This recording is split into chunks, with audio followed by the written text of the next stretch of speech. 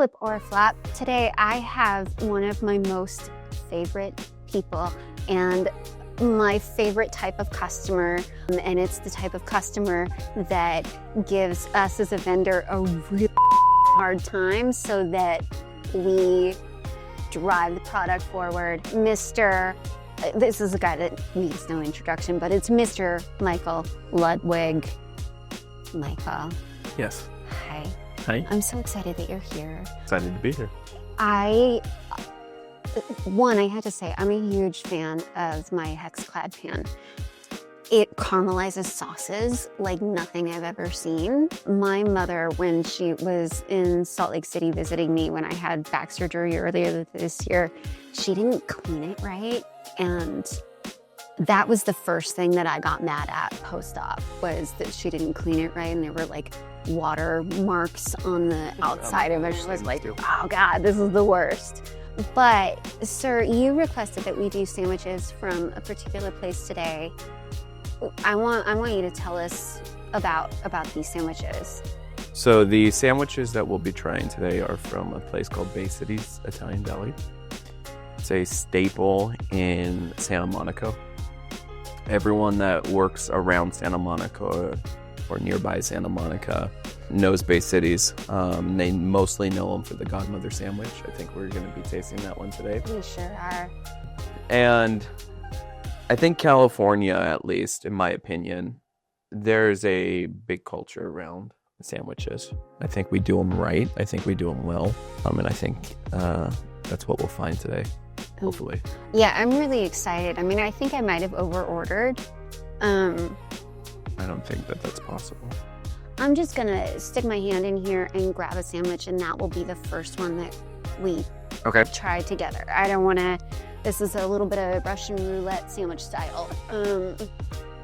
Let's see. While you're working on that, what was it that made you become such a fan of HexClad? Because I remember the first time I met you in person. Yeah. I know your passion for cooking, but for us to be up there in the upper echelon in your book, there had to be something that was like, this is why I love HexClad. I am a snob. I'm a snob, and also I'm a big fan of Gordon Ramsay. And I'm giving you this fork because I mean, like, why wouldn't we eat a sandwich with a fork? Yeah, I might go find us also like a candy bar to eat fork, just because I'm feeling a little diabolical right now. This is, by the way, I think CP might stand for chicken parm. No bell peppers. Well, I ordered it the way that DoorDash people order it. So we're gonna find out. Got it. I bought a set of Cuisinart cookware when I first bought my house, and it's been fine. Sure. You know, it's stainless steel, but the thing that I've been missing is like a really good non-stick that makes my food better. Because most non-stick, I mean, for me, like the chemicaliness and like the non-stick parts of it just kind of chip off and are just not good. Not anything that I want to cook with. I've had, you know, like a wok style non-stick, and I think I bought it at Costco and it was a piece of shit. I got really mad during COVID, and I took it up on my roof and I just like threw it down and was trying to hit my garbage cans, and I missed purposefully. So I destroyed it so that I could buy a new pan. But then I, of course, went down like the research rabbit hole. And there's many options. Yeah, there's so many options. And usually I'm a very decisive shopper. But it wasn't until, quite honestly, I met you, and as soon as I joined Flip, I met you shortly thereafter. After I had heard like, oh, I don't ever want to be slack cuddled by Michael, and I was just, yeah, the reputation preceded you, and I was like, I'm gonna love this guy. I know it. I'm gonna love this guy, and sure enough, of course I did. As the brand person and the personality of the brand, it's always been super important to me to know the brands that we work with. Sure. And to understand their brand ethos. So when I realized that we were a HexClad customer and I met you and I was just like excited about you, I was like, you know what? I need, like, why didn't I give HexClad more of a look? And Amazon Prime Day arrived and Perfect opportunity. I was like, oh shit, I think I just, oops, oh my God, I just bought a HexClad pan. And the first time of course, when I got it, the unboxing experience, unparalleled for a pan. I took it out, I mean, like, it's got like a dust bag and everything. Yep. Like, it's like opening up a designer pair of shoes and, you know, me and my shoes. So it was an experience, and I took it out and I lovingly hand washed it. And then I made my spicy vodka sauce that night. And you've had my spicy vodka sauce. It's a good sauce. It is. Yeah. I made that, and the caramelization that I got with that sauce, I've never, it was a game changer for me. No turning back. No turning back. And since then, that is the only pan that I use for any kind of sauce. And it doesn't matter that I have to hand wash this gorgeous pan. You could throw it in the dishwasher. But I don't want to. Exactly. It's my soul pan. Nice. And I love Nancy at Caraway Home. I love Nancy at Caraway Home, but my HexClad pan, like, I don't think anything can top it. I don't think anything can top it. It's hard to. Yeah. And with that, I think we should try this sandwich. Okay. So once again, this is the chicken parm. I hope so. I will preface this by saying I've never had anything but the Godmother sandwich at Bay Cities. And from my understanding, we're gonna taste this and test it and rate it on a 1 to 10 scale. Yes. All right, let's do it. It smells Cheers. good. Cheers.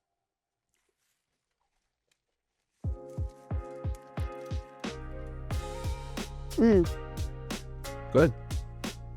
That's a tasty sandwich. That is a tasty sandwich. It's a good one. I'm going in for a second bite. Mm-hmm. I like the sauce. Meat's super flavorful. That's exactly what I was gonna say. The meat, the chicken, actually has really good flavor, and usually the sauce is very overpowering of the flavor of the chicken. Yeah, this is But you balanced. can taste everything. Yeah. The one thing I will say is that the bread's a little soggy, but it could have been because we ordered it ahead of time. We sure did. And honestly, for how long these have been sitting here in this aluminum foil, I'm surprised it's not like worse. Like, the bread's holding up. It's a little softer than I'd like it to be, but I think that's my fault and not. Yeah. It's a good sandwich. It's a great sandwich. Mm-hmm. If I was to rate this, I would probably rate this at a 7.4, 7.5. Yeah, I'm gonna give it, it's definitely, for me, on the higher side of a 7. So like a 7.8 maybe. Yep. Like, that is a good sandwich. Mm-hmm. I'm afraid to eat more because I know. I felt the weight of this bag. Yeah. And so I'm afraid to really enjoy this sandwich. Yeah. That was good. This is a good start. We are off to the races. All right. I'm gonna just to be kind to this sandwich, because I feel like this sandwich deserves some respect. I'm gonna wrap the other half of this up, and I'm gonna leave this here just so that the other sandwiches know, like, okay, you're up against something good. So, Michael. Yes. We gotta talk about it. I know that you are a person who was, oh no. Oh, WeWork's gonna kick us out of here. You are a CX leader that has opinions. I do. And I love it. I want to know, I know that you have some hot takes in customer experience, and I want to know what's firing you up right now. What is the thing that you see and you're like, fuck no, or fuck yes? Lay it on me. So the no is a belief that we need, or that customer service needs to be in every channel possible. I disagree with this because many times a customer doesn't know exactly what the best channel to get their response answered at will be, right? Because they don't know the work or the additional effort that might be required by using that channel.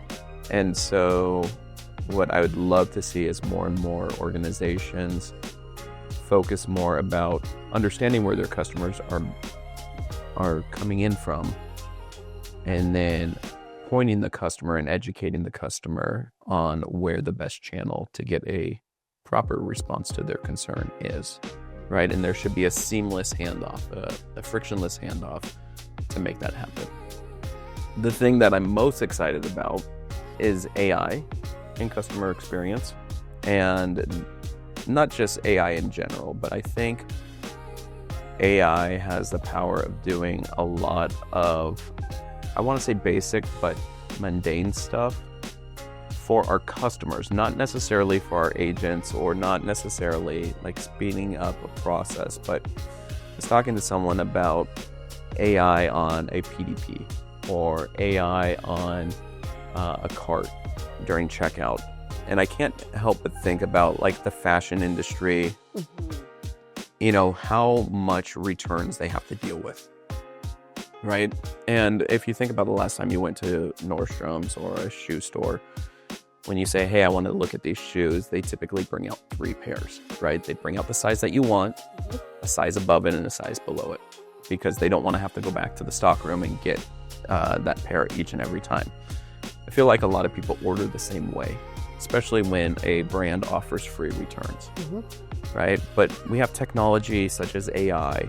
Imagine if you had a AI agent in your cart that recognized that you had 3 of the same SKUs in your cart, but with different variants.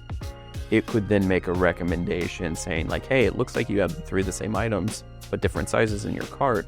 Looking at reviews, it looks like this shoe runs a little bit larger, so order a size up. Or, hey, let me ask you a few questions about other shoes that you wear so we can narrow down exactly what shoe you need, what size you need, and then offer free returns after you've done that, right? So I think AI on the PDP level and at the cart level is what I'm really excited about, to try and be a little bit more proactive about the assistance that you're providing. You're almost providing assistance without the customer even realizing that they're getting the help.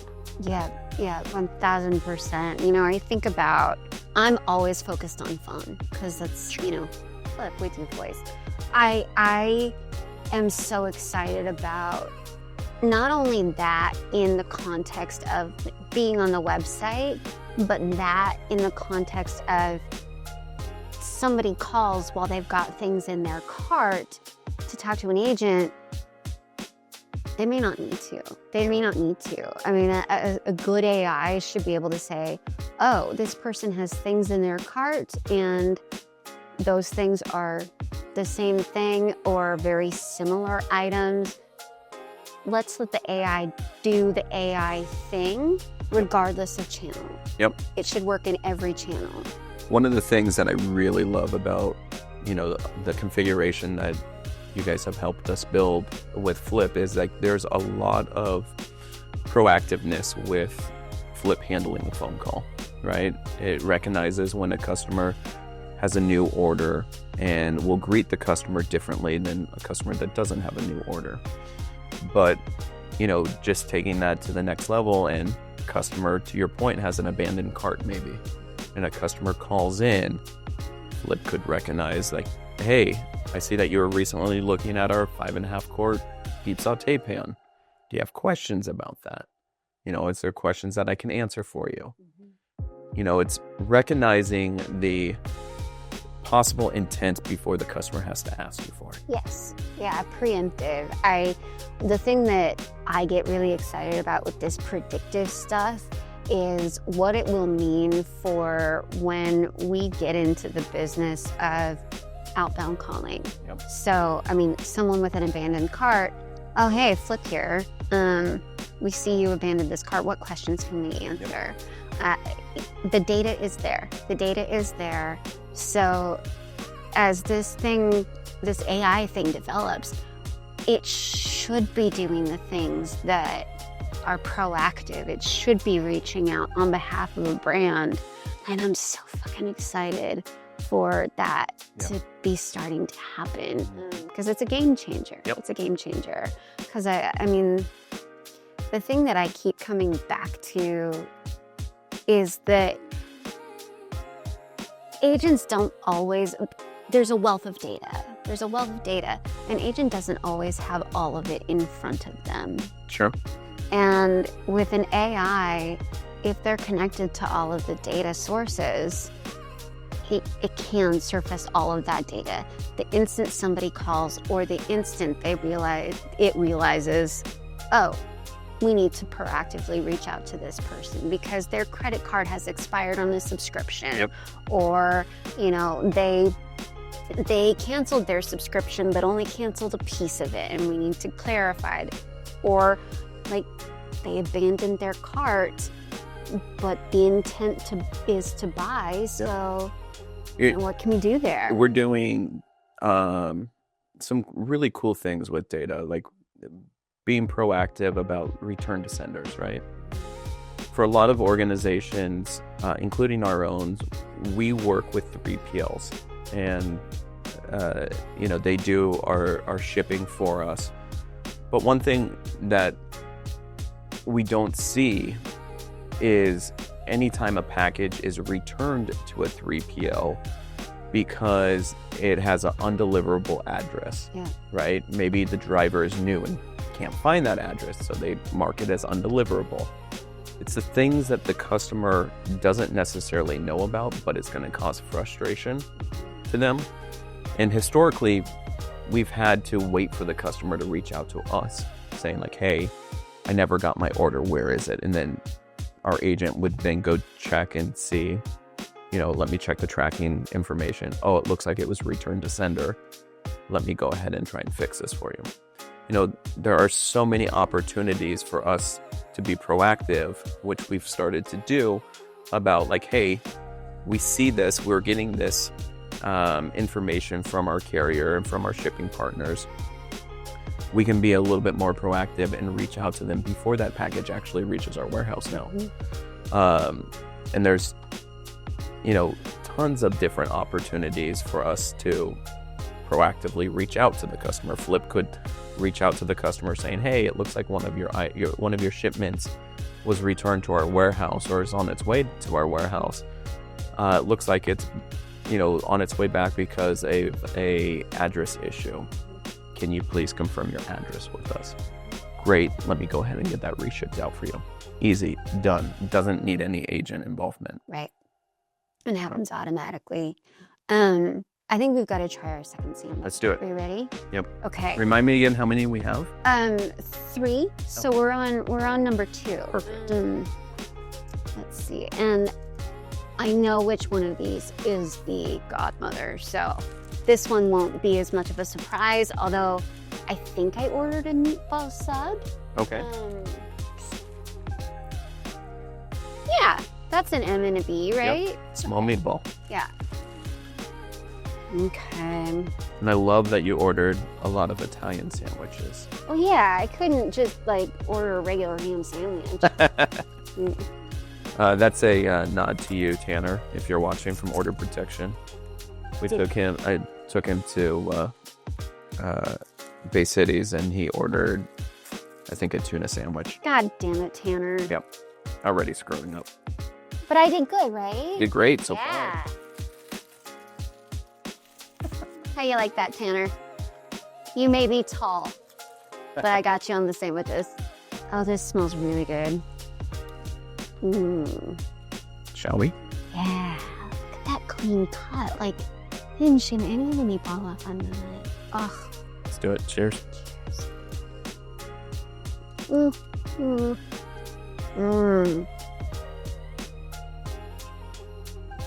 That's a good meatball. You know what I really love about this meatball? Is that you can actually taste the meat and not the filler in the meatball. And I instantly knew that, pretty sure that this has pork in it. Because I tasted that right away. The flavor is so...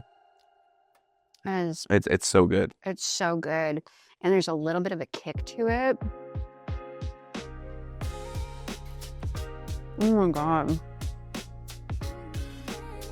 And the meatball doesn't crumble either. No, it doesn't. Hold. It's staying in. Yeah.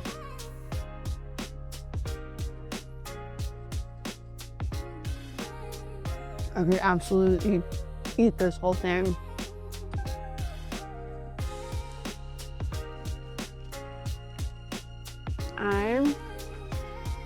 I'm gonna give this an 8.9. Wow. I love this sandwich. Wow. Love. I'm going to give it a 7.6. I mean, it was better than the chicken parm. I have really high standards for sandwiches. And for vendors. And for vendors. Don't get me wrong, this is a great sandwich. Yeah. Part of me wants depth, not depth, different textures in my sandwich. Sure. And I know not to expect that from a meatball sandwich. No, but I mean, they could have had like a thicker onion slice in the sauce so you get something there. Yep, maybe a little bit more sauce too. Yeah, definitely. I think a little more sauce would make this like 102 for me. Yeah. I also feel like, and it was true of the chicken parm also, I feel like if both of us were eating these hot, it would add a percentage point or more. Yeah. Because that's a winner. Yeah, it was definitely a winner for you more so than the chicken parm. I actually really enjoyed the chicken parm. I do too. Like, they're both stellar sandwiches. I really love meatballs. And that's a good fucking meatball. That is a really good meatball. I could eat that all day, every day. I mentioned something about you having high standards for vendors. I want to talk about that a little bit because I want to know, like, if you were the first CX person in the door at a new brand, what would you implement? Why would you implement it? And why are the vendors so important in that selection? Yeah, it's a great question. So for me, the way I look at my vendor selection and my technology stack is I look at what is needed, what's going to give me the data around to help me make wise decisions, what's going to be able to grow with me, and what is flexible enough to deliver on expectations or exceed expectations. I am self-aware that I'm notorious for using products in different ways than they were originally designed to be used. And I love when vendors are not afraid to change their product based off of how someone's going to use it. I think that there are a lot of project managers and developers that hold their product near and dear, too close to their heart, and they're afraid to make changes because they see those changes as potential failures, rather than looking at that change as an evolution of their product. There was something, I wish I could say I coined this term, but I didn't. When I worked at an automotive company, I guess I could say what automotive company it's on my LinkedIn profile. If we need to, we can just also bleep it. When I worked at Lexus, there was this saying that, you know, I started to use quite a bit when talking to customers, your vehicle's operating as designed, just not as desired. Yeah. Right? When our vehicles fell below the expectations of our customers or a feature, and that's the way I approach, working with some of my vendors. Like, yes, I understand this is operating as designed, it's just not operating as I want it to, right? So like, how can we work on enhancing the product so that it's delivering on all cylinders? How can we get it to not only do what it was originally designed to do, but more? Yeah, no, I agree with that one like so much, because I think I've worked at startups for most of my career, and in the tech space specifically, and it's a funny thing when you are a very early hire at a tech vendor, because the product is the baby. It's Sure. the baby. You don't want to change the baby. But the reality is that you're the vendor, which means you are not day to day in the trenches the same way your customer is. So if they're telling you, like, no, the product needs to be working this way for us, that gives you as a vendor an opportunity to have your customers better utilizing your product. I've said this a lot, where Flip, 100% of our product is being used by a customer. And that is important. Yep. We don't build anything unless our customers are demanding it. So there's no piece of the product that is just left collecting dust. And I think that is so refreshing. Yep. Because we want it to be working for you. And that's the point. Now I have to ask though, being so hard on vendors, do we keep going? Yeah. Okay. Being so hard on vendors and forcing them to evolve or die. What has that meant for the results that you've gotten in your roles, especially at HexClad, because it's where I know you from? Like, what kind of revenue impacts have you seen? How has that insistence on making your vendors work so hard for you to give you the best possible result, how has that result been reflected in your KPIs, in your data that you present to a board? Yep. So it's funny that you mentioned that, because whenever I go in and talk to my vendors about something that I want to do or move forward with, or change that I want to recommend, I never approach it as this is how much it's going to save our organization, Right. which is interesting now that I'm thinking about it. I always look at how much friction our customers are currently going through, and how much friction can I take off of their plate. Because that's Right. what really matters. Right. Yeah. And success follows after that, right? If our customers are happy with the service that we're delivering, or if our customers are,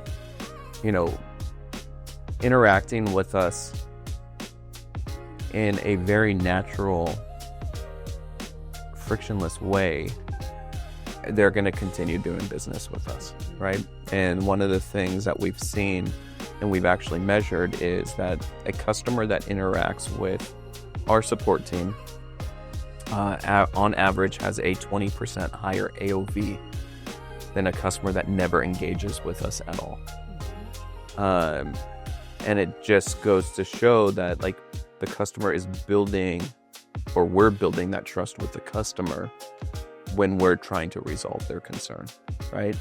I'm not going to say that we're able to resolve every single customer concern, but we try our hardest to get to each and every customer and address it independently of someone else's concern. When we implement these changes, we'll also then go back and measure, like, how much effort was the customer putting in and how much effort are they putting in now.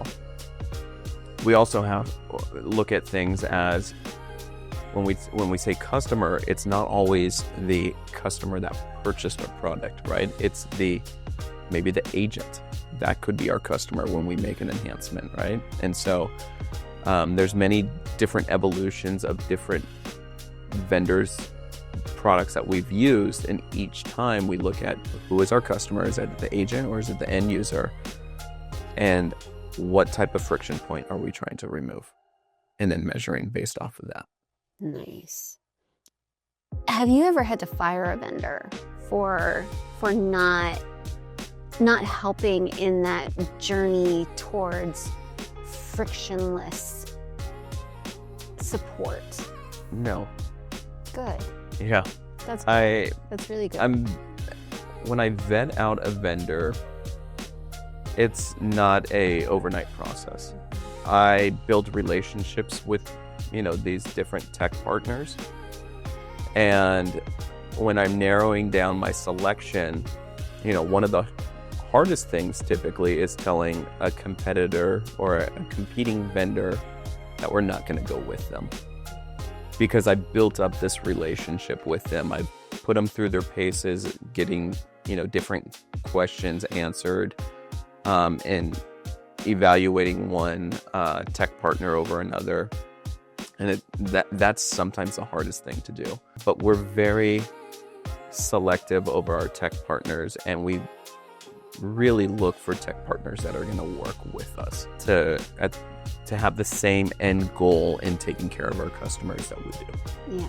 Yeah. The customer ultimately is all of our bosses. Yep. Yeah. Without our customers, we wouldn't have jobs. Right. Yep. Okay. We have to try. I'm godmother. Let's do it. Godmother. I'm really excited. I'm going to warn you that this sandwich is going to be messier than any of the sandwiches that we've had so far. Good, because I haven't looked at my face, so I have no idea if I'm covered in sauce. Cool. So because I love you the most, I got you a large and I got you a small, so Perfect. you would have one and then a bonus. Perfect. So that's your gift. That's my take home. Yeah. I also brought you socks because I know that our socks are your favorite thing. They are. I have a white pair on right now and a black. Can you show them? Sure. So this is my black pair. Oh, I like those. Okay. Yep. And then I have on this leg a white pair. I love those ones. Those ones and the black ones with the geometric, like the black and gray. Black and gray. I love those. All right, so I'm putting this one down here. Yeah. I'm very excited for you. Oh wait, I'm excited. that's mine. Unless you got a no tomato too. Oh, I don't know what That's I ordered. all right. I don't know can take what the I tomato ordered. off. I got a hot for both of them. Perfect. Yeah. So on this sandwich, I always order no tomato just because, in my opinion, the tomato makes a big mess. That smells so good. Oh, fuck you, Subway. Like, you got nothing. So just Nothing. look. Oh my God. This sandwich is well constructed. The bread is still crispy. Yes, it is. Mm. I might even. Ooh, oh my God. Okay, just zoom in on the little squeezy bit. Squeezy bits. I'm so excited for this. Oh my God. Those chilies are gonna kick me in the face. No, they won't. No? They're good. Okay.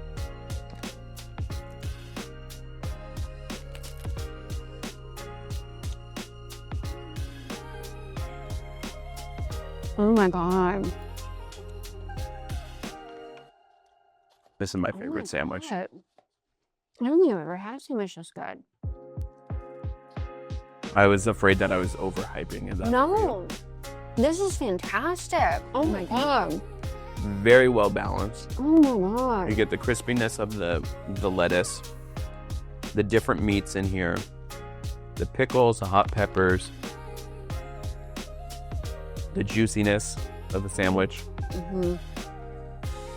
So good. I'm gonna say something. I'm obsessed with brand, right? Like brand. I'm a brand nerd. I am obsessed with branding. It's part of the reason that I love a company like HexClad so much, is because everything is branded down to the pattern on the inside of it. Like, I mean, they're just gorgeous pants. Everything is top notch. And for me, this sandwich is what I want the Flip brand to be. Like, there's balance, but there's texture, and it's spicy, but oh my God, it's so much fun. Like, this is a party in your mouth. Like, oh, I'm so happy right now. Oh my God, that's good. Shoot. This is gonna derail the whole thing. Like, oh God, we had to talk about customer experience while this sandwich is just sitting here. So now every time you come back to LA, you're gonna be thinking about the sandwich. No, I'm not. I'm gonna be setting up a date to go there with you, because now I feel like I need to make a pilgrimage. So good. I typically, I think I said at the top that I'm not usually a sandwich person, since I'm a burger girl. I love a burger. And what I love so much about a burger is when I get to, I like a burger that is just meat, cheese, and maybe a tiny bit of sauce. Okay. Like, I want to taste the meat. I want to enjoy the meat. And because of that, like, my brain for sandwiches is just like, just give me something simple. Like, I want to keep it simple. But I realized, within the last 3 or 4 years, that my desire to have a simple sandwich actually comes from a place of, I live in a city where good sandwiches just straight up don't exist. Yep. And every sandwich I ever get is fucked up in some way. And eating this, I'm having one of those moments of like, this is what it's supposed to be. This is what it's supposed to be. And quite honestly, like, that leads into a really good question of like, what brands do you see out there that are doing customer experience the way it's supposed to be? Or, and, you know, toot your own horn, but I mean, there are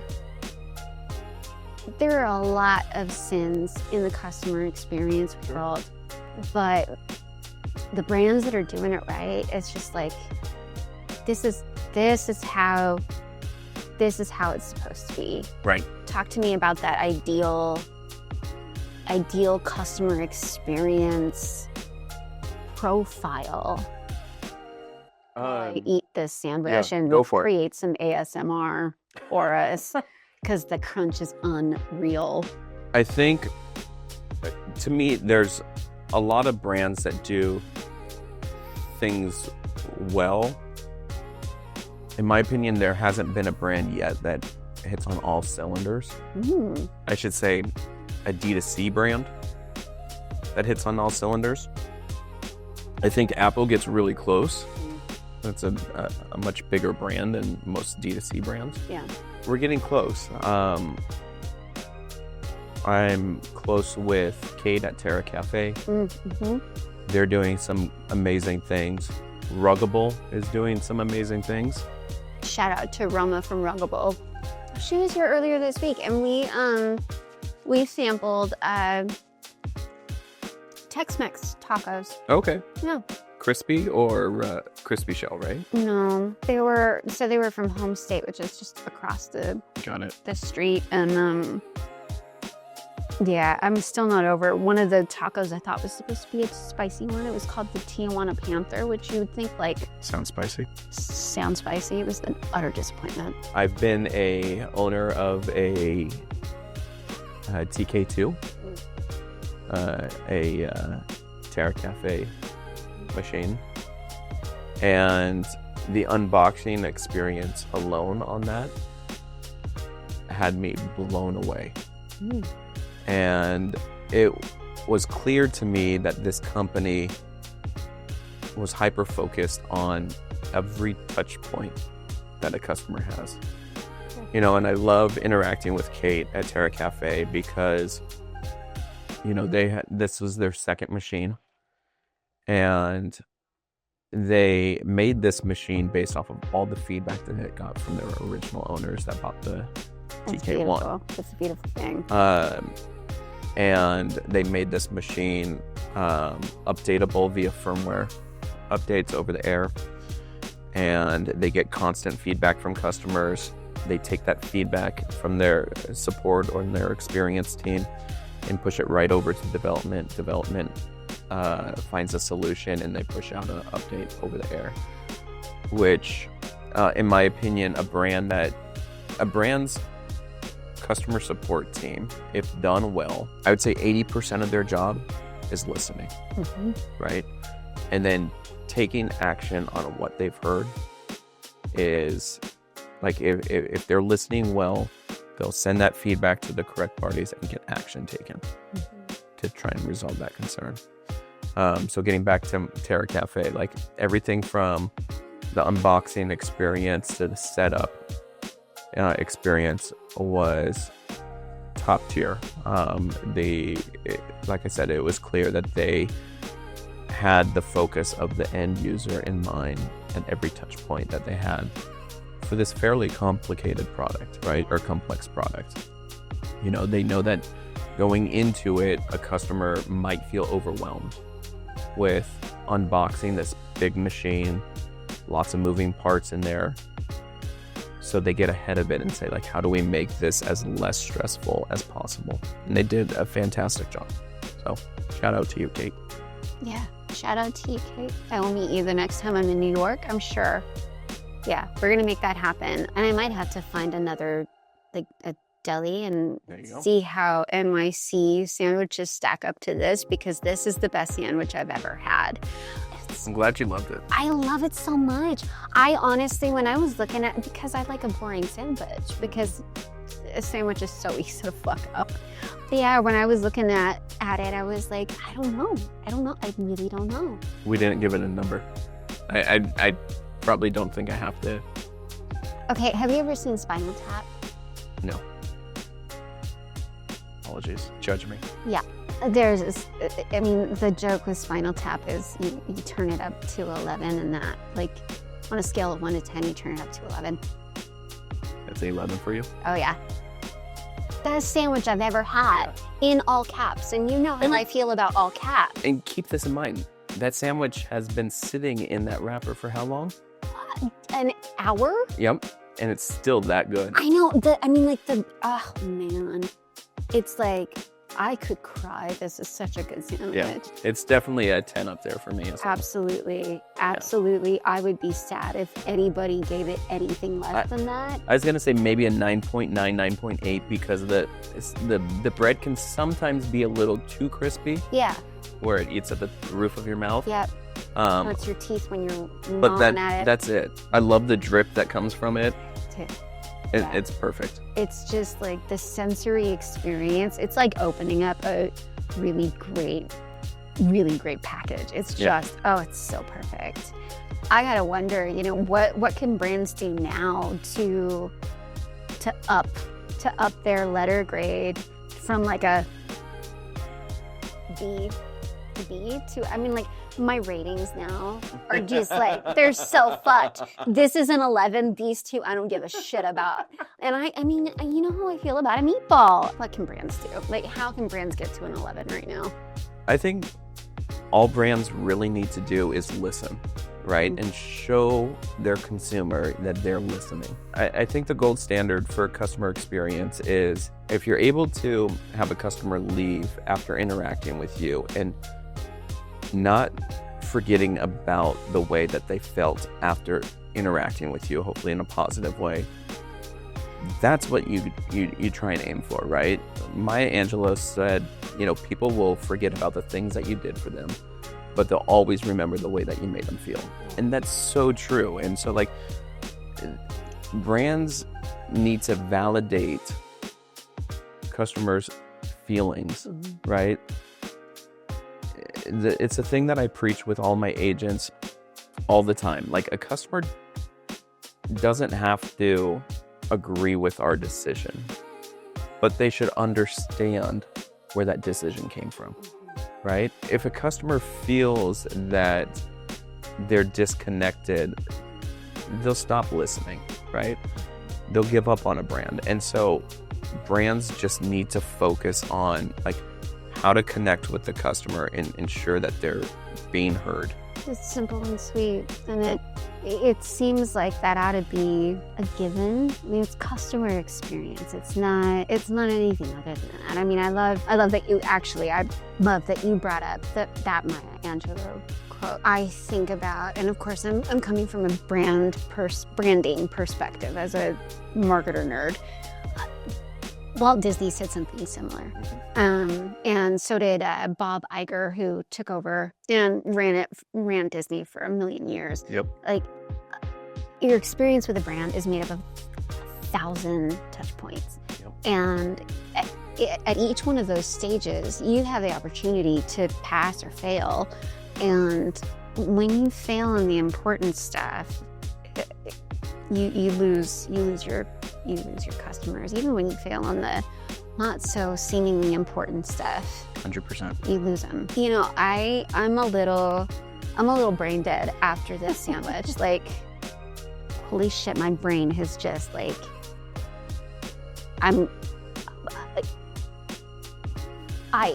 ask me a question, like take over, because I'm. Okay, so you've done a few of these flip and flops already. Oh yeah. Thinking about the products that you've consumed, Mm-hmm.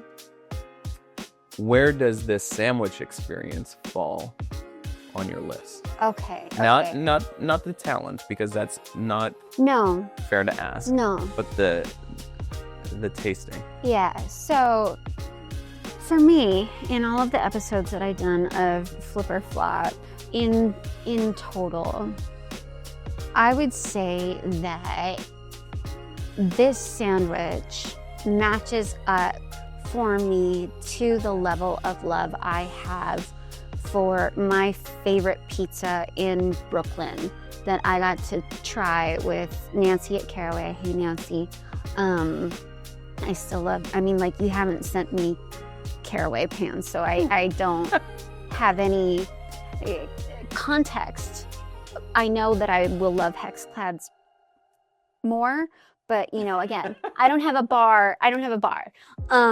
But she and I went to my favorite pizza place on the planet, Ace's in Brooklyn, and we sat down with Brian and we just chatted, and like, I don't remember a damn thing Brian said. I don't remember a damn thing. I remember the pizza because it's my favorite pizza in the world. This is a sandwich that is my favorite sandwich in the whole world. And, you know, it's like, it's so funny that on opposite coasts, I'm eating the best of what they've got. Like, I'll be honest with you, for all of the time I've spent in LA while I've been at this company, I haven't had a meal or a food item that has just like blown me away. This sandwich is that for me. Like, every time I'm in New York, I go to Ace's.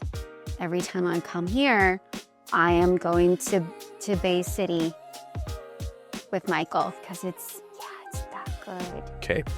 So now, follow-up question. Yeah. In 30 days, you're going to have your last meal.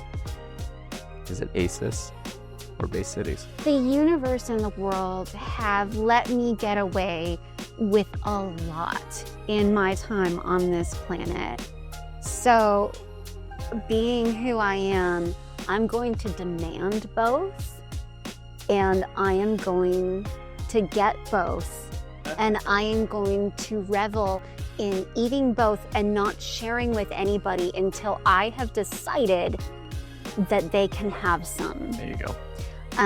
So I can't, it's like asking me to choose a favorite child. Can't do it. No, not, well, I could. I'm not going to, because I mean, right now it would be skewed because I don't have aces in front of me. But like they both have things that are very similar. Sure. Aces is a Sicilian style pizza place, which means it's like a Detroit style where the dough goes to the very edge of the pan and the cheese goes to the very edge of the pan. Cheese crust. So you get the cheese crust and the crunch, and the sauce is really flavorful, and you know, you get some juicy moments, and like it's a textural and flavor experience in much the same way that this is. Like in my mind, what it says to me is the best of the best is always going to be at a similar level. And anything else, you know, it's like, it's not really fair to compare them. Sure. You know, I've had things this week that I rated, you know, an A+, but if they were in a lineup, what am I going to go for? This guy right here. This guy right here. That is just, it is a superior sandwich. And I don't know that I will ever have another sandwich that compares. I'm sure someone's gonna challenge that, and I don't know. Like this right now is the best sandwich in the world to me. Yeah, it is delicious. That is fantastic. I would go so far as to like order one on DoorDash tonight just so I could take it home with me when I get on a plane tomorrow. Yeah. Eat it on an airplane and then just breathe on people, because like this is, it's good. It's so good. It's so good. I have been ending these episodes with a really silly question, and each time it's been a different question. Okay. Let's see, what can I come up with today? Of all the movies you've ever seen, if you had to say this character in this movie at this point is who I should be as a human or am as a human, what would it be? Like your character archetype. Who are you? Who am I, or who do I want to be? Who do you want to be? So the character from Suits that remembers everything that he's read. I've seen that. Yeah. He's cool. That's who I want to be. Power. Yeah. Yeah. Because I like informing myself with information and making decisions based off of information. Mm-hmm. That's who I want to be. Okay. Same question, but applied to me. Who am I, or who should I be? Oh, jeez. I know. I've been doing this to everybody, and it's awful. It has to be a movie. Nah, or it could be show. It could be a show. Whatever. The lady from The Office. Is it Jill? I don't know. She's well liked by everyone. Okay. She's smart. Yeah. Okay. Well liked and smart. That's good. I like that. I like to think that people like along me. with. Yeah. Because I love everybody. Yeah. Everybody. I mean, in my mind, just about everybody. I'm not going to say everybody because there are people out there that like, no. But just about everybody has redeemable things about them that make them lovable. Yeah. Yes. Yeah. Redeemable things. I can't save that. Everybody has something about them that I can love. Yeah, it's sort of like every dog I love. Like, dogs are great. Humans are great. I really love talking to humans. I love hearing their stories. I love hearing about what makes them tick. I love hearing what they think about. I love it all. And I mean, again, I'm a brand person. I'm a marketing person. And what that really comes down to is psychology. Sure. I love to study people. I love to learn people and apply that to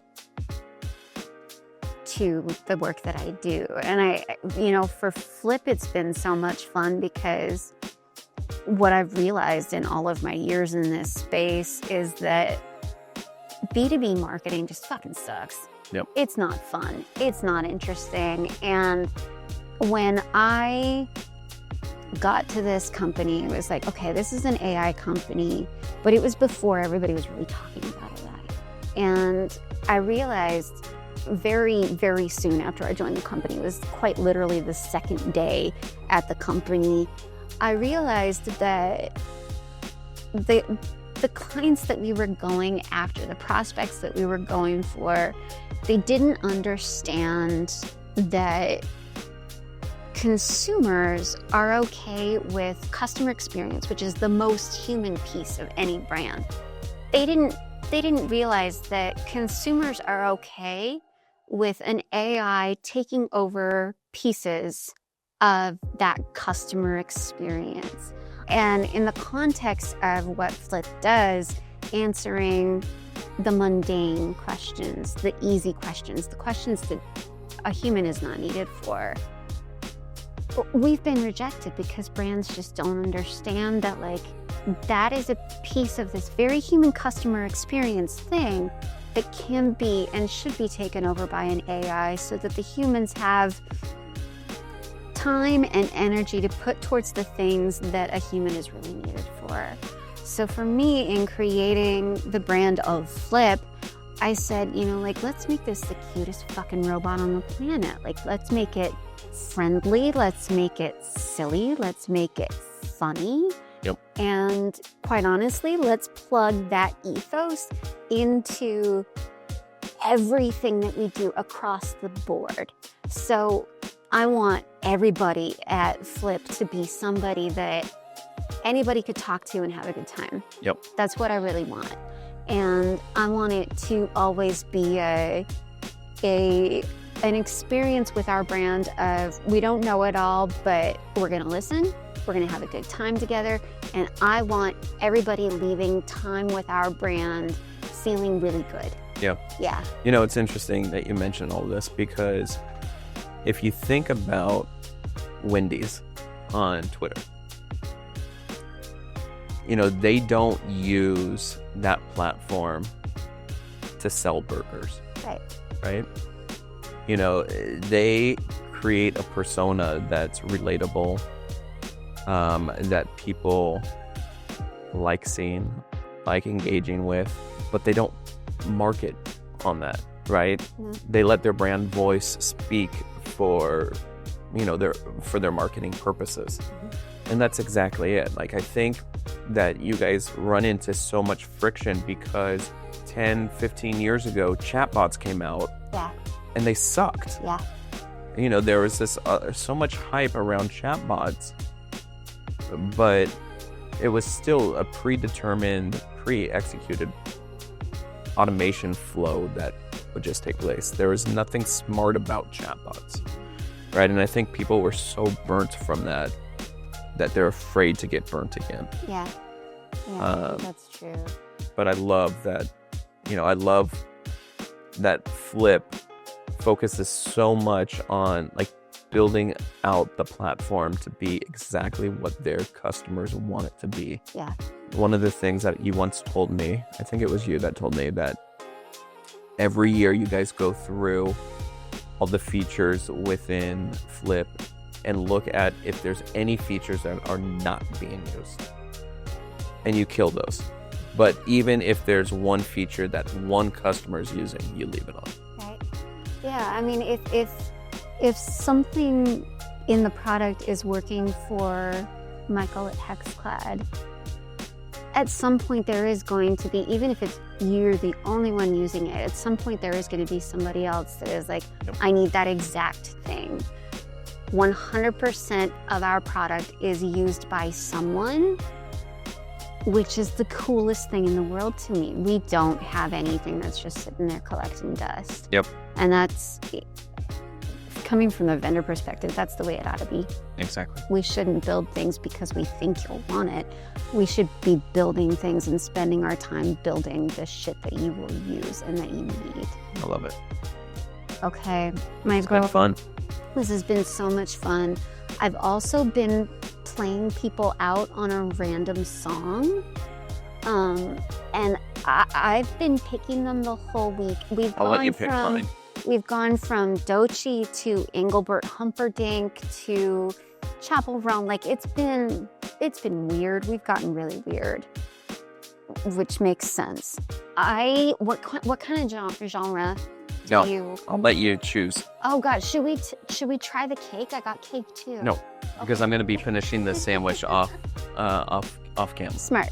I know. I had to finish this guy too. And then I'm gonna pick the meatball out of here because this bread has. I think the bread is officially dead, but that meatball's still like common name. There you go. Okay. Let's see. Ooh. What genres do you listen to? Nothing. This is all you. Nothing. This is the silly part where you Yeah. get to embarrass yourself potentially and choose a song that reflects who you think I am. Oh God. I'm not gonna do that. I'm gonna play one of my favorite songs. Cause I feel like this song is a little bit both of us. Oh no, it's not that one. It's this one. Julian Casablancas, lead singer of The Strokes, he put out this song in 2009, and when I heard it, I was like, this is me. Especially the chorus. Yeah. Vengeance.